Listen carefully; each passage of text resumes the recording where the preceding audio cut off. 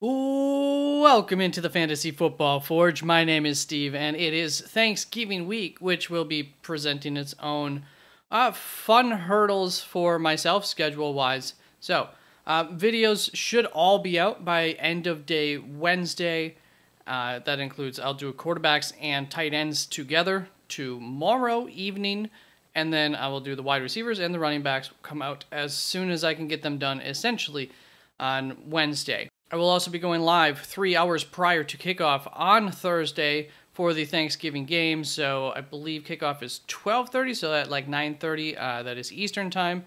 I will also plan on going live 2 hours prior to kickoff on Friday, Black Friday. I believe that would be 1:30 Eastern time.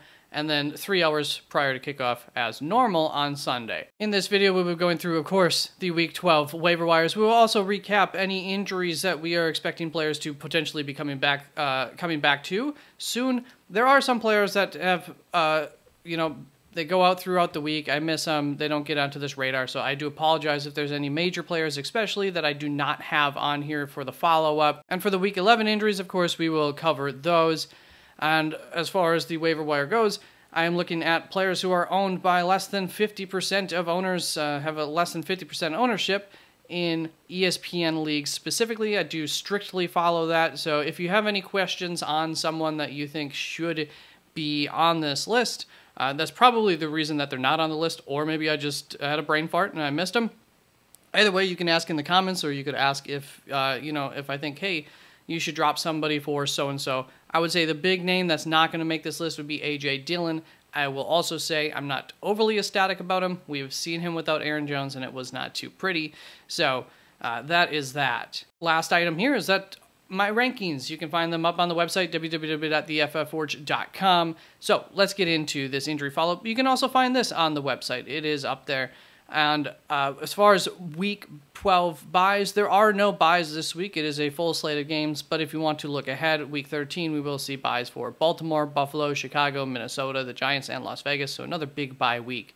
Then, when we look at the injury follow-up, Darren Waller still a few weeks out from coming back. Josh Palmer could be coming back next week, so I do have him in the waiver wire list in case I forget to say it there. Somebody that you could get ahead of on the waiver wire with.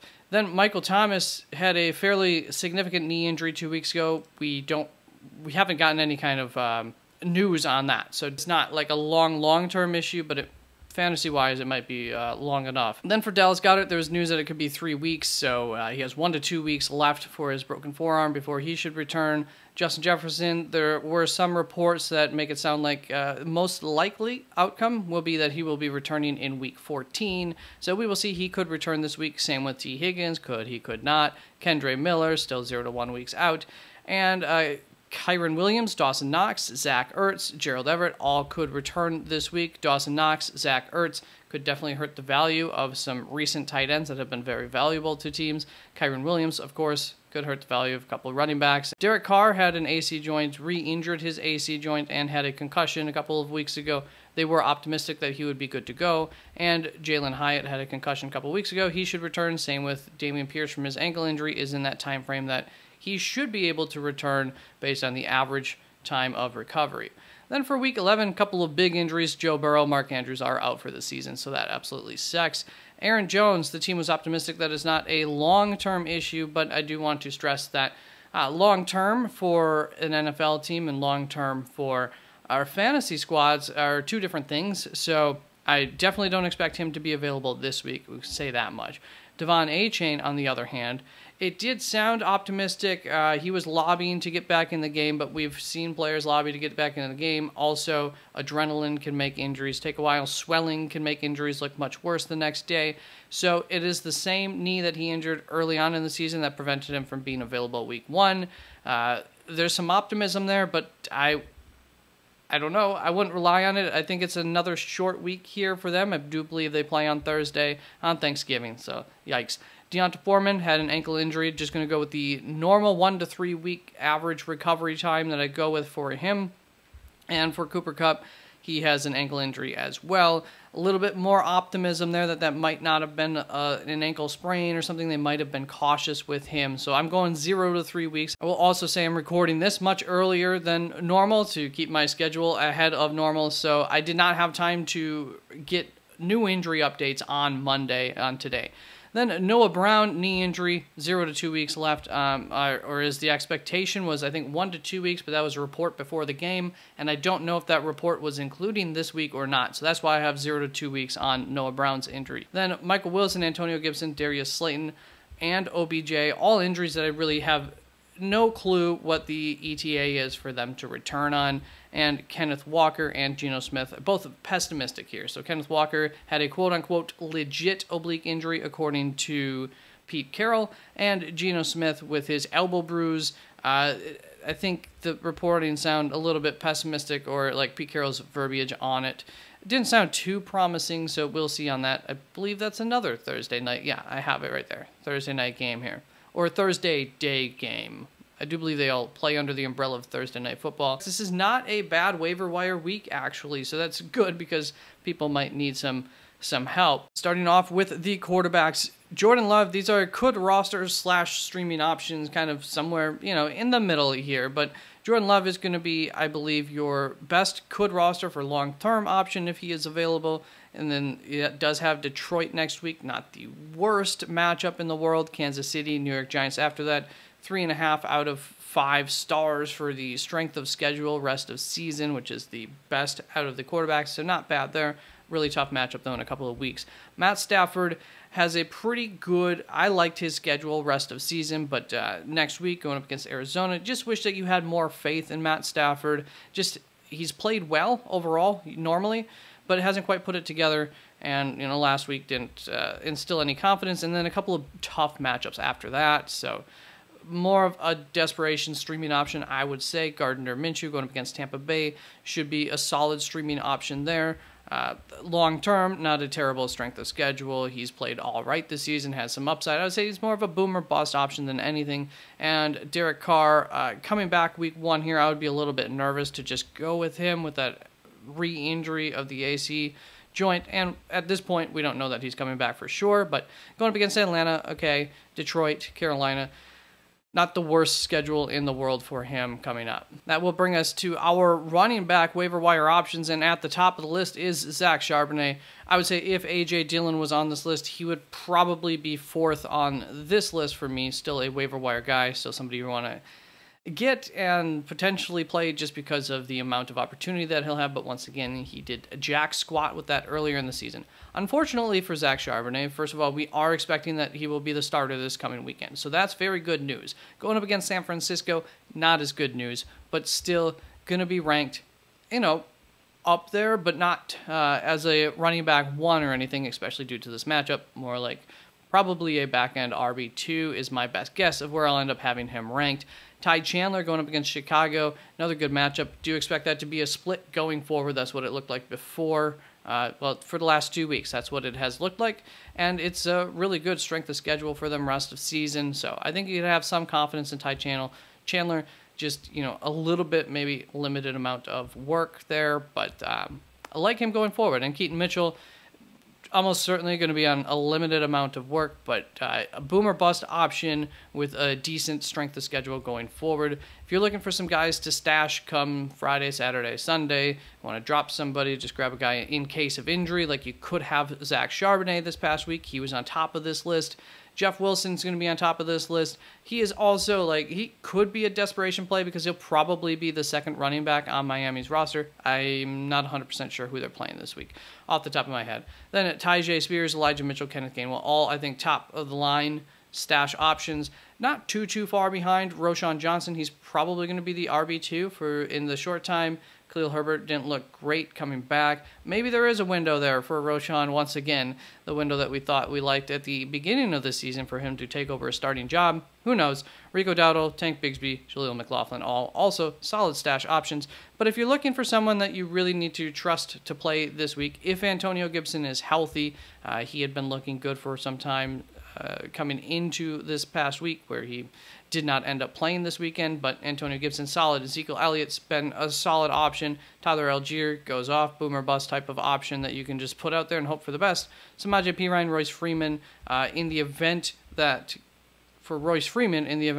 Kyron Williams is not returning, might be a solid option, and Samaje, especially like full PPR leagues, solid option there too. I would probably currently prefer Samaje over Jaleel McLaughlin, unfortunately. It's going to bring us to the wide receiver options. Not too much here, limited, but there's always options if you need somebody out on the waiver wire to get. So that's always good. But if you, I should say, as free agents to get. But if you're looking on the waiver wire, somebody I told you last week to go ahead and get ahead of the curve because he had been dropped for bye week purposes and because he had been injured 2 weeks ago coming into that game, and he dropped below the 50% mark. I said go ahead and get him. Now, you're probably going to need to spend a little bit of fab if you are in a fab league in order to get him if you did not heed that warning, but if you need him. So Josh Downs is my top waiver wire option. Not of the week, but of the wide receivers for sure. And Demario Douglas, not in the bold here, not so excited about him. You might need to spend a little bit of fab if you want to go ahead and get him. Good rest of season schedule. Who is the quarterback there? We don't know. Are either one of them good? Not necessarily, but Demario Douglas does run the types of routes that should be more, he should get a decent amount of targets at the very least, and once again, solid schedule going forward, so that's good. Tutu Atwell, in the event that Cooper Kupp is not playing this weekend, this offense might look like it did for those first 4 weeks of the season when it was rolling for fantasy purposes. Tutu Atwell, Puka Nacua, Kyron Williams, all were rolling, and so I do like Tutu a fair bit in that event, and Jaden Reed is, I think, your most reliable, consistent option for the Green Bay Packers offense, which I have 4 wide receivers from that offense up here. No, 3 of them, because currently the one who I think is the least valuable, unfortunately, my boy, Christian Watson, might be. I don't know, it hasn't been pretty. Josh Palmer, going to be coming back from IR. I told you about that. So he is a guy you could get a week ahead on, just like I said for Josh Downs last week. Looks like he'll be returning to, his normal role, which is he was doing all right with. Zay Jones, boomer bust type of option in the same boat as Rashid Shaheed in my book. Romeo Doubs, kind of a touchdown reliant option. Curtis Samuel gives you a nice floor for the most part. Jamison Williams, boomer bust option that maybe is starting to come on. Probably has the highest upside of anybody here. Michael Wilson, still a little bit of an unknown. Dontavian Wicks, the guy who, if this team really wants to go by who's performing the best, should be on the field more. Christian Watson should be on the field less, and has done really well for the team. Then OBJ with that injury. And all these 4 guys, nothing wrong with them either, of course. So let's move on to the tight end options this week. And I think Pat Freiermuth is not only your best stash, but probably your best stream given the opponent, but also you're going to have to put a lot of faith in that if you are streaming him. But really tough opponent in his first week back. So I would put some faith in it going up against Cincinnati. Once again, either way, best stash option out there if he is available in your league. Not the best strength of schedule rest of the season. Michael Mayer has been apparently appears to be a bigger part of this offense and has some of AOC's trust there, so I think he's good going forward. Just not a good matchup this week against Kansas City, so I like him more as a stash than I do as a streamer, specifically for this week. Jeremy Ruckert, not a bad stream. I have Tyler Conklin still down here. Jeremy Ruckert actually got more targets than Conklin last week, but I still think that for now, Tyler Conklin would be the one I would prefer to give a start to if I had to. But if you want to stash a guy and maybe just go out on a whim and play him, Jeremy Ruckert would be that guy. Solid strength of schedule for tight ends rest of season, and Tanner Hudson has been doing good as of late. And I think we'll continue to get targeted with Jake Browning being the quarterback there, appears to be basically the starting tight end. But this week, not a good matchup for tight ends against Pittsburgh. So that leaves us with the streaming options. Jonnu Smith is my number 1 streaming option against New Orleans. Then Luke Musgrave going up against Detroit. Good matchup there for him. Again, see if he can take advantage of that or not. Tyler Conklin, really good matchup there. And Cade Otton, a solid enough matchup as well. Those are my streams. And let's go to my DST streamers, which you can see down here. And there is one stud option, I think, for you, and that's going to be the Denver Broncos, who have been better as of late, going up against Cleveland, who have, of course, DTR at quarterback. Should be a good situation for Denver to possibly have another big defensive week. Then the New England Patriots, New York Giants, Tennessee Titans are all the best options that I got that were less than 50% owned. Not great options. New England, though, against the New York Giants, not a terrible option either. Maybe not. I don't know now with Tommy DeVito. Maybe that's changed a little bit, but that offensive line absolutely sucks. So that is it for this week's waiver wire. Stay tuned for my rankings. Thank you very much for stopping on through. Please like, comment, and subscribe if you made it this far, and I'll see you soon. Peace out.